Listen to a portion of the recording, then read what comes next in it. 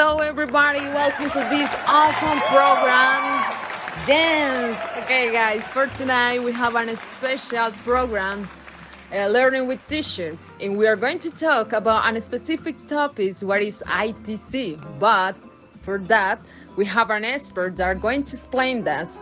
What is it? And they are going to answer some questions that we have for them. So we're going to start. First of all, I'm going to tell you a little bit what is ICT. ICT is basically information and communication technology, and it will be used and applied in activities of teaching and learning on the basic of conceptual understanding method of informatics. I'm going to start with Gerald. Gerald, how are you? It's nice to have you here. The public wants to know, how can you find ICT in your country's curriculum? Can you explain us, please? For sure, yes. Let me explain you. Well, I have two countries in this moment that I'm following in their process, and the ICT is similar in both cases, yes. For example, in Canada, we can identify the ICT in the initiative that is called Connecting Canadians, and the objective is in a specific in this ICT curriculum is to take position or to give the students the position of leadership in the society and also in the economic field, yes. So how they are going to achieve these objectives? Well, we have some strategies. One of them is connecting schools and universities through the internet, also teaching teachers or training them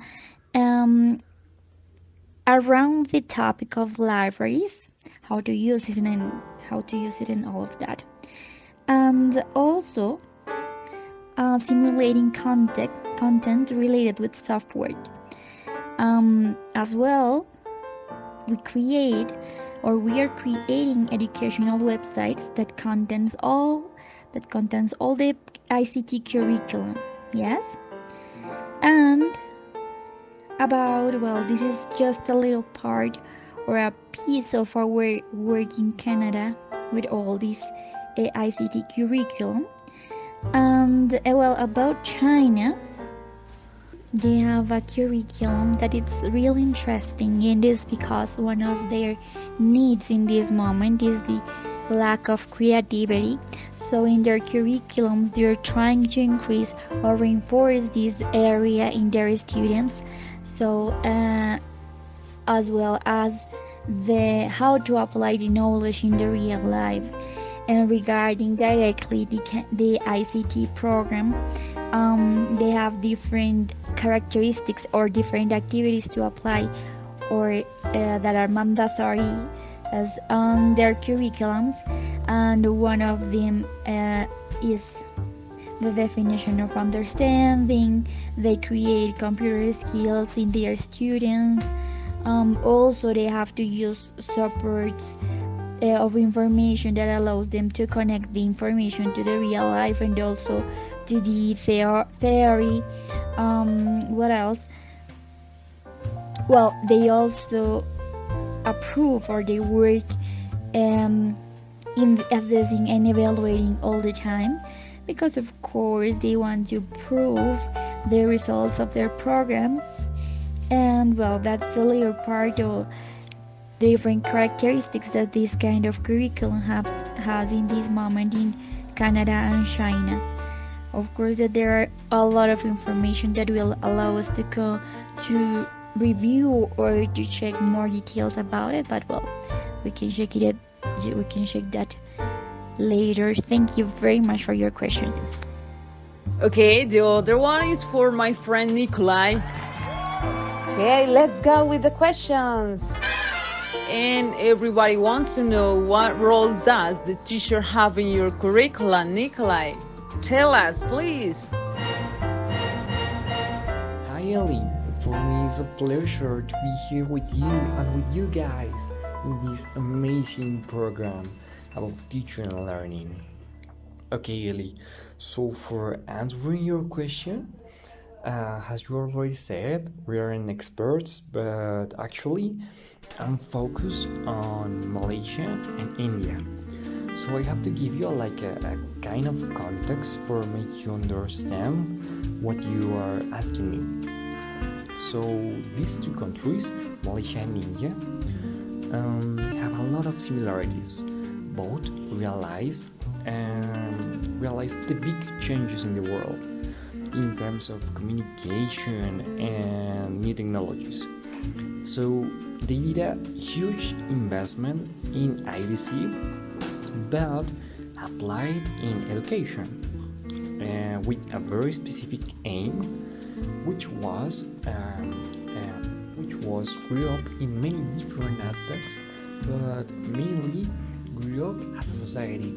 So they realized that young people was the future. The future was there. So basically, what they did was restructured their educational system, but for being specific with the ITC. So they create a kind of specialized program about ITC. So students were going to learn how to use ITC and in this globalized world. But the most important is how to it. They were going to grow up as a person, as a citizen, and as a worker. But who's gonna be in charge of this process? Well, is here where I'm gonna answer your question. So the teacher in this case, we're going to be in charge of create a variety of innovative lessons for being developing in the classrooms. So the teacher is like that instructor, that guide, that tutor who wants to develop in students that abilities of problem solving and critical thinking through cooperative learning. So I think that maybe we can apply this in our country, but there's got to be a restructuration of the curriculum and how it is planned and developed. And I think that it's all. Thank you Ellie again, and bye bye. I think that we are going to see next time. So bye. And the last one is for Santiago. Okay, let's go with the questions. How are assessment and evaluation created and presented in your curriculum? Hello everyone, and hello Elizabeth, and thank you very much for inviting me to this amazing show. It's been a pleasure to hear all my teammates talking about these different countries. So, regarding to your question about assessments and evaluations, I will talk about England and America. So, in these two societies, basically, what is going to happen is that, I will go ahead and start with assessments. The things that they make in ICT curriculum, the most common ones when we talk about assessments, they pretty much talk about rubrics. So rubrics are those charts that represent what is going to be evaluated according to the topics that we watch in class. So that's like one of the most common activities or maybe strategies that in these countries teachers use, so they can go ahead and follow the curriculum plan in ICT. We can talk about as well about assignments to show what you have learned during this session in secondary school. And one of the most common as well, and one of the most recent maybe strategies to talk about assessments is about journals, the creation of journals to summarize all the knowledge that you have had or you have involved in yourself during like this period of time. when when we talk about evaluation, we have a lot of feedback mechanisms. So basically, sometimes without even making an evaluation, we can go ahead and know or identify what was learned, and that's why we can go ahead and maybe evaluate the knowledge learned. We have here as well peer evaluations made in couples.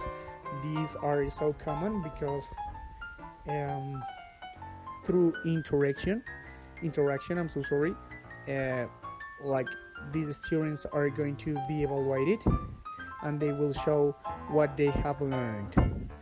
um, well, we have the journal analysis. I talk about the journal like method. So in this case, we're going to take a look for the journal to see how was created, how was designed, and according to that, the evaluation is going to be made. And we can evaluate people through questionnaires and interviews. So, well, that will be basically how assessments and evaluations work in those countries. Thank you very much. Hey, thank you for having us here. It was an amazing show, you know. I want to close this. I know that I'm not the presenter, but I just give me the opportunity. I just want to close by asking to the public if they know how these changes that we have been talking about can be applied in your curriculum countries, or if it is possible to do it, how to do it. It's a personal thing, you know. So again, thank you so much, and see you next time.